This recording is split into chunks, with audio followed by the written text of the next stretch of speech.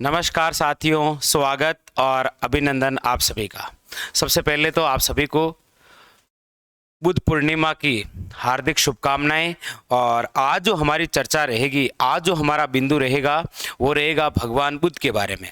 वैसे भगवान बुद्ध, गौतम बुद्ध और उनसे ही रिलेटेड बौद्ध धर्म के बारे में आपके एग्जाम के अंदर बौद्ध धर्म से रिलेटेड एक क्वेश्चन 100% आता है। अब चाहे वो बौद्ध संगीति से आ जाए या फिर गौतम बुद्ध के जीवन परिचय से आ जाए या फिर कहीं और से अन्य फैक्ट या उनके शिष्यों से।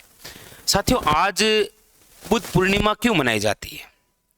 बुद्ध पूर्णिमा मनाई जाती है वैशाख पूर्णिमा को। क्यों?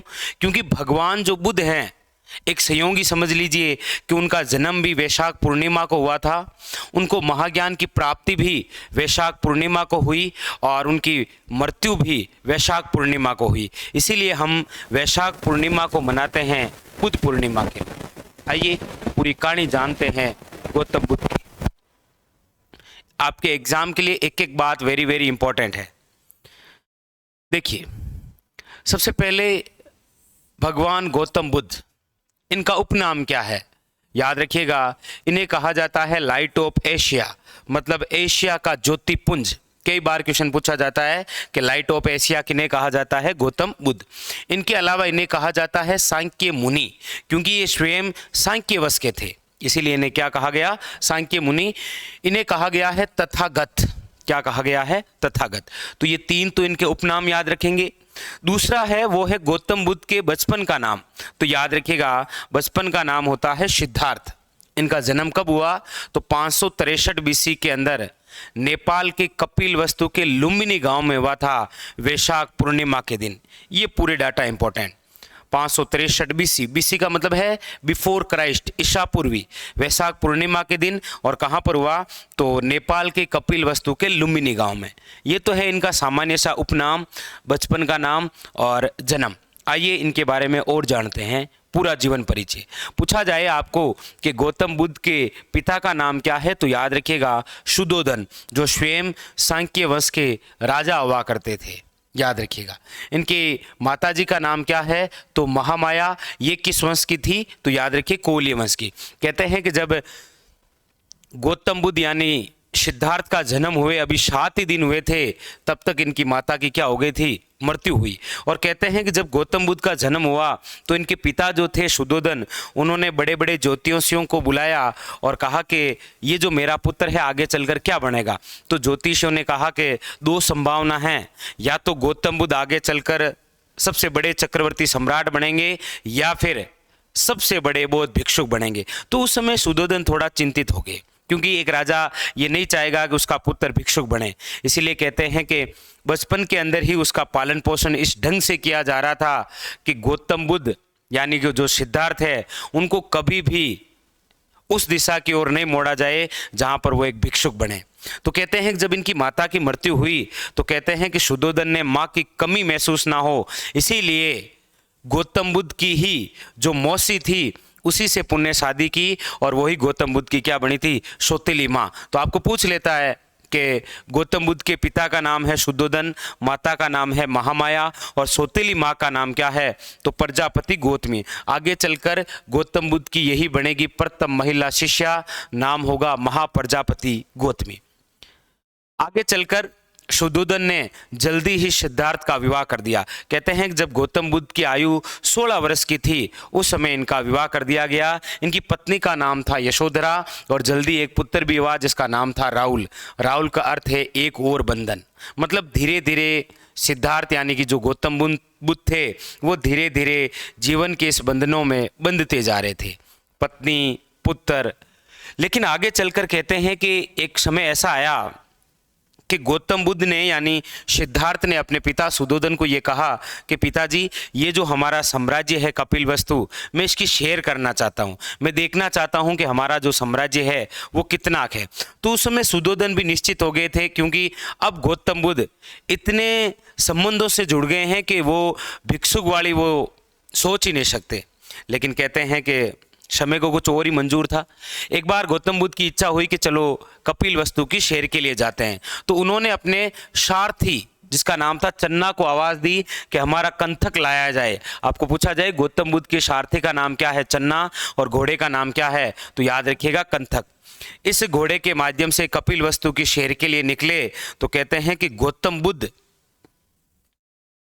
का हृदय परिवर्तन हो गया। अब वो हृदय परिवर्तन किनसे हुआ, तो 4 दर्शियों से।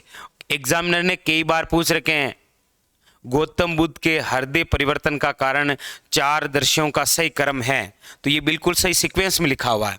कहते हैं जब कपिल वस्तु के लिए शेर करने जा रहे थे तो पहला दृश्य देखा था एक वर्द यानी कि एक बुढ़ा, जबकि इससे पहले गौतम बुद्ध तो एक ऐसे महल में रहा करते थे जहां पर जो इसके नौकर चाकर भी थे वो सारे युवा थे। तो गौतम बुद्ध ने कभी अपनी लाइफ पे अभी तक 28 या 29 साल की आयु में कभी किसी बुढ़े को देखा नहीं था। तो जब फर्स्ट टाइम देखा तो सोचा यार ये क्या है, वर्द यानी कि बुढ़ा। आगे चले तो उसे एक और व्यक्ति दिखाई दिया, रोगी। कौन था, रोगी जो बीमार पड़ा हुआ था। आगे चला तो तीसरा दृश्य और दिखाई दिया, एक लाश, मतलब कुछ लोग मृत व्यक्ति को लेकर जा रहे थे। और चौथा दृश्य दिखाई दिया वो था एक सन्यासी जो हंसते हुए जा रहा था। गौतम बुद्ध के दिमाग में हलचल सी मच गई तो उन्होंने अपने सारथी चन्ना को कहा कि हमारा थोड़ा कंतक रोको और पहले मुझे इन 4 दृश्यों के बारे में बताओ। लेकिन शुद्धोधन ने अपने जितने भी दरबार में थे उन सभी को एक बात कह रखी थी कि कोई भी सिद्धार्थ यानी गौतम बुद्ध को ऐसी कोई बात नहीं बताएगा जिसकी वजह से गौतम बुद्ध को दुख हो। मतलब है गौतम बुद्ध को पता ही नहीं चलना चाहिए कि जिंदगी में दुख नाम का कुछ होता है क्या। लेकिन कहते हैं कि चन्ना ने सारे राज खोल दिए। चन्ना ने कहा कि आपने जो पहला दृश्य देखा था वर्द बुढ़ा, वो प्रत्येक व्यक्ति के जीवन का एक भाग है। तो सिद्धार्थ यानी गौतम बुद्ध ने कहा चन्ना से, क्या मैं भी बूढ़ा होऊंगा? कहा बिल्कुल, थांगे का छाप है। तो दूसरा दृश्य देखा इन्होंने, रोगी। तो चन्ना से कहा कि ये दूसरा दृश्य क्या है, रोगी। तो कहा कि इस दुनिया में जो व्यक्ति है वो स्वयं एक बार जरूर बीमार होता है, रोगी होता ही होता है। चलो कहा ठीक है। तो वो कहा ये तीसरा दृश्य जो लाश एक मृत है ये। तो चन्ना ने कहा यही है जीवन का अंतिम सत्य, मतलब जिसने जन्म लिया है उसकी मृत्यु तय है। तो गौतम बुद्ध ने सोचा क्या मेरी भी मृत्यु होगी? तो चन्ना ने कहा बिल्कुल होगी। जब इस दुनिया में जितने भी मनुष्यों ने जन्म लिया है उसकी मृत्यु निश्चित है, तो आपकी भी होगी। तो गौतम बुद्ध ने कहा कि ये चौथा दृश्य जो सन्यासी है ये कौन है? तो चन्ना ने कहा ये ऐसा व्यक्ति है जिसका ना तो शारीरिक ना सांसारिक जीवन से कोई लेना देना नहीं है। ये स्वयं मांग कर खाता है और अपना जीवन मस्ती से गुजारता है, बस चले ही जाता है एक स्थान से दूसरे स्थान। गौतम बुद्ध ने कहा ये जा कहाँ रहा है? तो कहा कि ये महाज्ञान की प्राप्ति के लिए, मोक्ष की प्राप्ति के लिए। गौतम बुद्ध ने एक बार तो सोचा कि इन 4 दृश्यों में से एक दृश्य ऐसा है जिसमें दुख नाम का कोई शब्द नहीं है, वो है सन्यासी। बाकी वर्द, रोगी, लाश और सन्यासी। तो चन्ना ने जब ये गौतम बुद्ध को बातें बताई तो उसके बाद में गौतम बुद्ध अपने महल में आ गए। महल में तो आ गए लेकिन दिमाग में वही 4 दृश्य, वृद्ध, रोगी, लाश और सन्यासी। और आखिरकार में कहते हैं कि 29 वर्ष की आयु में, कब याद रखिएगा, 29 वर्ष की आयु में गौतम बुद्ध ने गृह त्याग किया। और गौतम बुद्ध द्वारा ये जो गृह त्याग की घटना है इसे क्या कहा जाता है? एग्जाम के लिए बहुत ज़्यादा इंपॉर्टेंट, याद रखिएगा, महाभिनिष्क्रमण। और कहते हैं कि यहाँ से गए और अनोमा नदी के तट पर सन्यासी रूप धारण किया। एक बात जरूर याद रखिए, गौतम बुद्ध ने बिना किसी को बताए आधी रात्रि को गृह त्याग किया था, याद रखिएगा। जबकि महावीर स्वामी जो जैन धर्म के हैं उन्होंने अपने बड़े भाई से आज्ञा लेकर घर त्याग किया था, जबकि गौतम बुद्ध ने बिना किसी को बताए मध्य रात्रि को गृह त्याग किया। और गृह त्याग की जो घटना है वो क्या कहलाई? महाभिनिष्क्रमण। क्लियर है यहाँ तक कि गौतम बुद्ध कपिल वस्तु की शहर के लिए गए, उसके बाद में इन्होंने गृह त्याग कर दिया। गृह त्याग की घटना महाभिनिष्क्रमण कहलाई। अनोमा नदी के तट पर इन्होंने क्या रूप धारण किया? सन्यासी रूप धारण किया। अब आपके एग्जाम के लिए गौतम बुद्ध से रिलेटेड कुछ स्थान हैं, जैसे एक तो है वैशाली, एक है राजगृह, एक है उर्वेला यानी कि बोध गया, एक है सारनाथ और एक है कुशीनगर। सारे स्थान एग्जाम के लिए इंपॉर्टेंट। देखिएगा, गौतम बुद्ध अनुमा नदी के तट पर गए, वहां पर सन्यासी रूप धारण किया और वहां से चले वैशाली।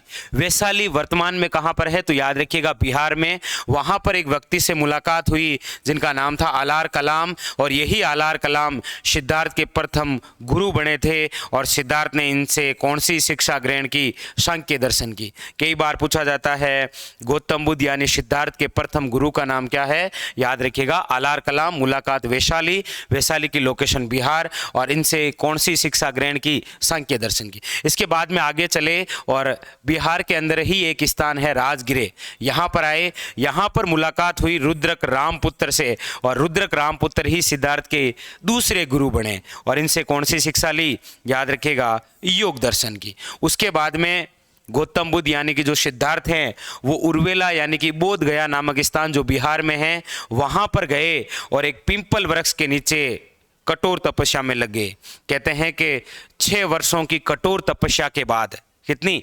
6 वर्षों की कठोर तपस्या के बाद 35 वर्ष की आयु में वैशाख पूर्णिमा के दिन पिंपल वृक्ष के नीचे इनको महाज्ञान की प्राप्ति हुई। और ये जो महाज्ञान की प्राप्ति हुई है इस घटना को कहा जाता है, याद रखिएगा, निर्वाण या सम्मोधि।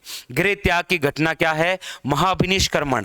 जबकि महाज्ञान की प्राप्ति की घटना क्या है? निर्वाण या सम्मोधि। तो यहाँ से कई बार क्वेश्चन पूछा जाता है गौतम बुद्ध को महाज्ञान की प्राप्ति कहाँ हुई? उर्वेला यानी बोध गया। ये स्थान है निरंजना नदी के किनारे, जिसका दूसरा नाम है पुनपुन नदी। कितनी वर्ष की? तो 6 वर्ष की कठोर तपस्या की। कितनी आयु में? 35 वर्ष की आयु में जाकर इनको क्या हुई? महाज्ञान की प्राप्ति। कब हुई थी? तो आज ही, यानी वैशाख पूर्णिमा। और किस वृक्ष के नीचे? याद रखिएगा पिंपल वृक्ष के नीचे। और इसी पिंपल वृक्ष को किसने काट दिया था? गौड़ वंश के एक शासक हैं जिसका नाम है संसाक। क्लियर?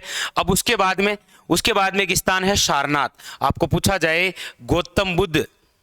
गौतम बुद्ध ने अपना प्रथम उपदेश कहां दिया था? तो याद रखिएगा सारनाथ के मृगदावन में। सारनाथ का प्राचीन नाम है ऋषिपत्नम। तो कई बार ऐसे प्राचीन नाम भी आ सकता है कि गौतम बुद्ध ने अपना प्रथम उपदेश कहां दिया? तो ऋषिपत्नम के मृगदावन में, यानी कि सारनाथ। और सारनाथ कहां पर है? यूपी में। याद रखिएगा। और ये जो प्रथम उपदेश देने की घटना है ना, इसे क्या कहा गया है? याद रखिएगा धर्म चक्र प्रवर्तन। और आखिर में उत्तर प्रदेश के अंदर एक स्थान है कुशीनगर। यहाँ पर गौतम बुद्ध अपने शिष्य से मिलने गए थे सुबच, और उसके बाद में एक और शिष्य से मिले जिसका नाम है चुंद लोहार। कहते हैं कि चुंद लोहार ने गौतम बुद्ध को सुअर का मांस खिला दिया, और गौतम बुद्ध का शरीर डाइजेस्ट नहीं कर पाया। इसीलिए अतिसार रोग होने की वजह से 1483 बीसी में कुशीनगर जो स्थान यूपी में है ना, यहाँ पर मृत्यु हो गई। किसकी? गौतम बुद्ध की। और गौतम बुद्ध की ये जो मृत्यु है, इस घटना को कहा जाता है महापरिनिर्वाण। और इनकी मृत्यु भी किस दिन हुई? वैशाख पूर्णिमा। एक संयोगी समझिए कि इनका जन्म वैशाख पूर्णिमा को है, इनको महाज्ञान की प्राप्ति वैशाख पूर्णिमा को है, और इनकी मृत्यु भी कब है? वैशाख पूर्णिमा को। ये सारे स्थान एग्जाम के लिए इंपॉर्टेंट। मृत्यु कहाँ पर हुई? प्रथम उपदेश कहाँ दिया? इनको महाज्ञान की प्राप्ति कहाँ पर हुई? सेकंड गुरु कौन? प्रथम गुरु कौन? याद रखिए। और खासकर गृह त्याग की घटना महाभिनिष्क्रमण है, खास बात। और महाज्ञान की प्राप्ति की घटना क्या कहलाती है? तो याद रखिएगा निर्वाण या संबोधि। प्रथम उपदेश की घटना धर्म चक्र परिवर्तन, और इनकी मृत्यु है महापरिनिर्वाण। अब कुछ क्वेश्चन आपके लिए और हैं, वो है आपके गौतम बुद्ध और उनके शिष्यों से। जैसे आपको पूछा जाता है कि गौतम बुद्ध के प्रथम शिष्य कौन बने? तो याद रखिएगा तपस्सु वे भल्लुक। कौन बने? तपस्सु वे भल्लुक, शूद्र थे ये। प्रसिद्ध शिष्य कौन हुए गौतम बुद्ध के? तो याद रखिएगा आनंद वे उपाली। कौन थे? आनंद वे उपाली। इनकी प्रथम महिला शिष्या कौन बनी? तो याद रखिए Mahaprajapati Gautami. One liner question है डायरेक्ट। एक याद रखिए गौतम बुद्ध का एक डाकू शिष्य भी था, डाकू का नाम था अंगुलीमाल। ये कहाँ का डाकू था? तो याद रखिएगा कौशल का। इसके अलावा प्रसिद्ध शासक शिष्य कौन? तो बिंबिसार, प्रसन्नजीत, उदयन और सम्राट अशोक। ये ऐसे शासक हुए हैं जो स्वयं किसके? गौतम बुद्ध के शिष्य हुआ करते थे, बौद्ध धर्म को फॉलो किया करते थे। याद रखिएगा। अब इसके अलावा बौद्ध धर्म से संबंधित और इंपॉर्टेंट क्वेश्चन है कि जैसे ही गौतम बुद्ध की मृत्यु हुई तो कहते हैं कि बौद्ध धर्म में कुछ परिवर्तन करने के लिए हमेशा कोई ना कोई सम्मेलन बैठक हुआ करता था। आज तक इतिहास में बौद्ध धर्म के अंदर कितनी महासंगीति का आयोजन किया गया है? तो याद रखिएगा 4। कितनी? 4। प्रथम, द्वितीय, तृतीय बोध संगीति और चतुर्थ बोध संगीति। इनसे क्वेश्चन आते हैं 5 प्रकार के। एक तो ये बोध संगीति का समय क्या है, कौन से स्थान पर हुई, उस समय अध्यक्षता किसने की, किस शासक के समय हुई और कार्य क्या हुआ। आइए एक एक को जानते हैं। देखिए पहले तो प्रथम बोध संगीति कब हुई थी, तो 483 बीसी में। कहाँ पर हुई, तो राजगिरे के सप्तफर्णी गुफा में हुई। अध्यक्षता किसने की थी, महाकश्यप ने। और इस समय शासक कौन थे, तो अजात शत्रु, जो किस वंश के थे, हरिएक वंश के। और प्रथम बोध संगीति का आयोजन क्यों हुआ, क्योंकि इसके समय 2 पिटक जोड़े गए थे। सूत पिटक जिसकी रचना आनंद द्वारा की गई और विनय पिटक जिसकी रचना उपाली द्वारा की गई। फिर है आपके द्वितीय बोध संगीति का आयोजन कब हुआ, तो 383 बीसी में। कहाँ पर हुआ, वैशाली के अंदर। अध्यक्षता किसने की, तो सबकी मीर या सर्वे कामी। इस समय शासक कौन थे, तो कालाशोक किस वंश के थे, शिशु नाग वंश के। और इसमें कार्य ये हुआ कि गौतम बुद्ध ने जो बौद्ध संघ बनाया था ना, उसका विभाजन हो गया था 2 प्रकार से, एक तो स्थावर और एक महासंघ की। पूछा जाए तृतीय बोध संगीति का आयोजन, तो 251 बीसी में। कहाँ पर, पाटलिपुत्र। याद रखिए अध्यक्षता किसने की थी, तो मोगलीपुत्तिस ने, याद रखिएगा। और इस समय शासक कौन थे, सम्राट अशोक मौर्य वंश के। और तृतीय बोध संगीति में हुआ क्या, तो तीसरा पिटक जोड़ा गया जिसका नाम क्या है, अधिधम पिटक। आप सभी जानते हैं बौद्ध धर्म में 3 पिटक हैं, सूत पिटक, विनय पिटक और अधिधम पिटक। और अधिधम पिटक की रचना किसने की थी, मोगलीपुत्तिस ने। उसके बाद में है चतुर्थ बोध संगीति, जिसका आयोजन 1st शताब्दी में किया गया था। कहाँ पर, कुंडलवन कश्मीर में, जिसकी अध्यक्षता की थी वसुमित्र ने। उपाध्यक्ष कौन रे, अश्वे घोष। याद रखिए एकमात्र ऐसी बोध संगीति जिसके अंदर अध्यक्ष भी बनाया और उपाध्यक्ष भी बनाया। और इस समय शासक कौन थे, तो याद रखिएगा कनिष्क। ये किस वंश के थे, कुषाण वंश के। और इस समय क्या हुआ, तो बौद्ध धर्म का विभाजन कितने भागों में, 2। एक तो भाग हुआ हीनयान और दूसरा भाग हुआ महायान। जो कट्टरपंथी थे वो थे हीनयान, और जिन्होंने गौतम बुद्ध की शिक्षाओं को परिवर्तन के साथ में अपनाया वो थे महायान। ये है आपके बौद्ध महासंगीति। और एक क्वेश्चन आपको कमेंट करके बताना है कि बौद्ध धर्म के 3 रत्न कौन कौन से हैं, ये आप कमेंट करके बताएंगे। तो ये पूरी कहानी थी आपकी किसकी, अब आप गौतम बुद्ध की मान लीजिए या फिर बौद्ध धर्म से रिलेटेड संपूर्ण कहानी आपके एग्जाम के लिए जो जो इंपॉर्टेंट बातें हैं वो। और एक खास बात याद रखिए, यहाँ पर कुछ बातें जैसे यहाँ पर जब इनको महाज्ञान की प्राप्ति हुई थी, तो उन्होंने, याद रखिएगा, सुजाता द्वारा